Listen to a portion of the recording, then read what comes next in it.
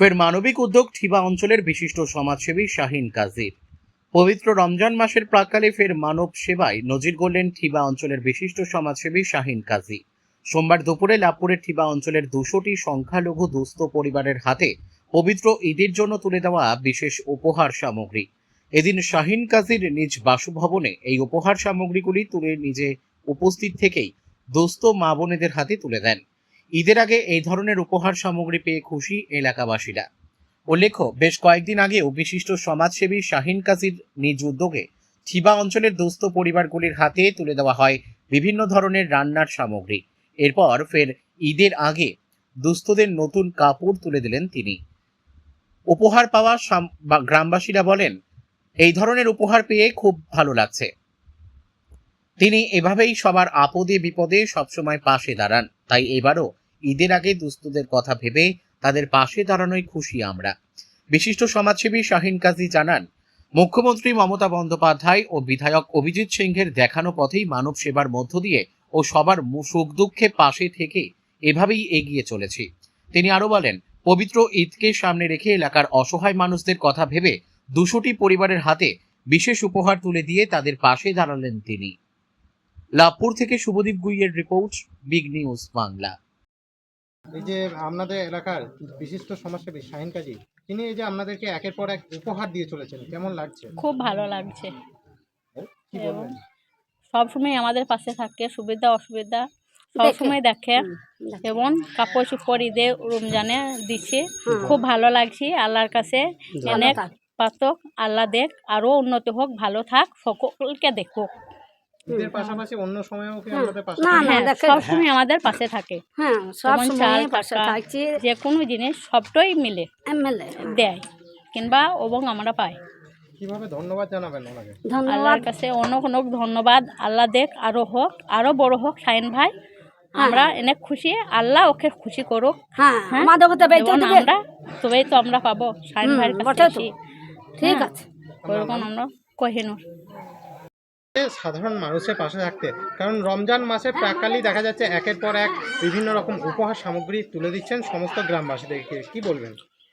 বিষয়টা হচ্ছে, জানেন, আমাদের মুসলিমদের সব থেকে বিশাল আমাদের রমজান মাসটা বিশালভাবে আমাদের মুসলিমরা সকলেই মানে। সকলে দেখবেন 10 বছর বাচ্চা থেকে একবারে আমাদের 80 বছর পর্যন্ত সকলেই রোজাটা রাখে, এই রোজাতে সকলেই ইবাদত করেন।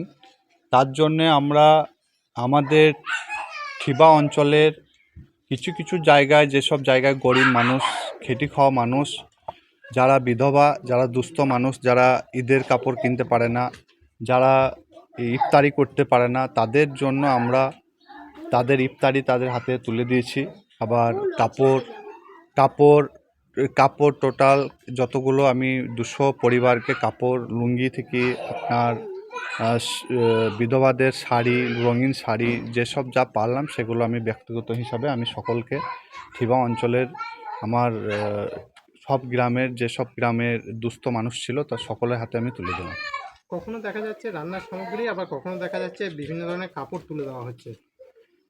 সব সময় মানে এটা আমি মনে করি যে এই আপদ বিপদে মানুষের পাশে আমি থাকবো, যতদিন বেঁচে থাকবো ততদিনই আমি চেষ্টা করব যে সকল মানুষের সঙ্গে এরকম করে সহযোগিতা করার। এইভাবে আমি সহযোগিতা করছি, যেভাবে সেভাবে আমি গরিব মানুষের পাশে, খেটে খাওয়া দুস্থ মানুষদের সঙ্গে আমি যেভাবে আছি এভাবেই থাকবো। অনেকেই বলছেন যে আপনি নাকি সারা বছরই সাধারণ মানুষের পাশে থাকেন এবং এভাবেই আপনাকে পাশে দেখতে চাই।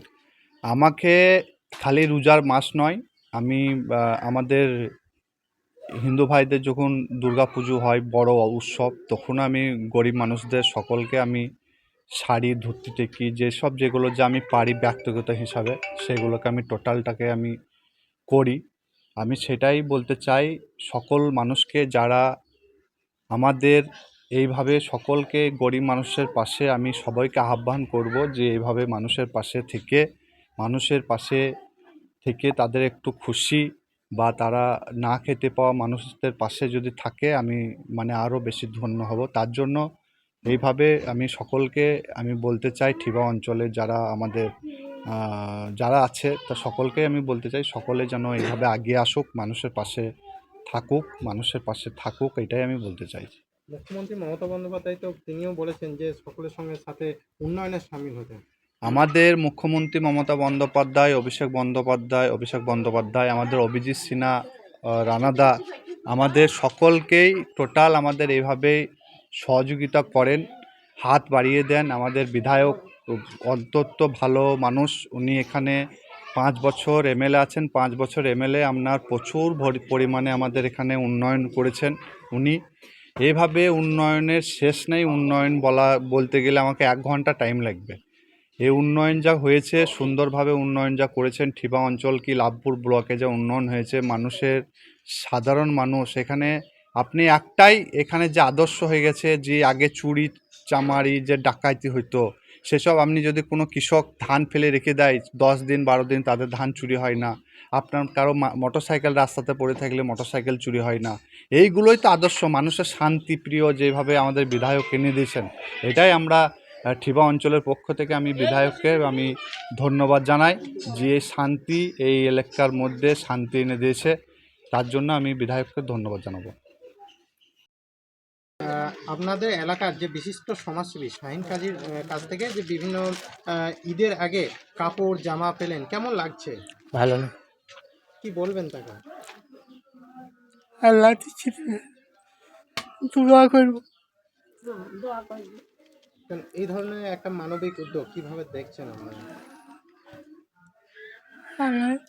আচ্ছা বাবা, আমরা কি করবো? আমরা কিছুই করার নাই, আল্লাহ যেটা করবি সেটাই ঠিক। তিনি পাশে থাকাতে আপনাদের সুযোগ সুবিধা সব রকম হবে। হ্যাঁ, সব সময় হয়। আপনারা খুশি? খুশি, আমরা খুশি।